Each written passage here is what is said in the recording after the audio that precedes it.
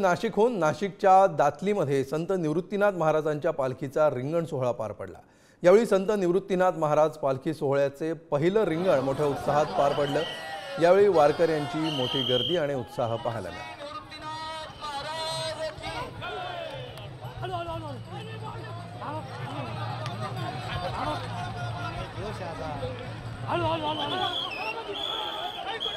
तर हे पहिलं रिंगण संत निवृत्तीनाथांच्या पालखीचं वारीमध्ये वारकऱ्यांचा विरंगुळा आणि तितकंच आकर्षणाचं हे सगळे सोहळे असतात आणि यासाठी वर्षभर हजारो लाखो वारकरी या सोहळ्यांकडे नजर लावून बसलेले असतात।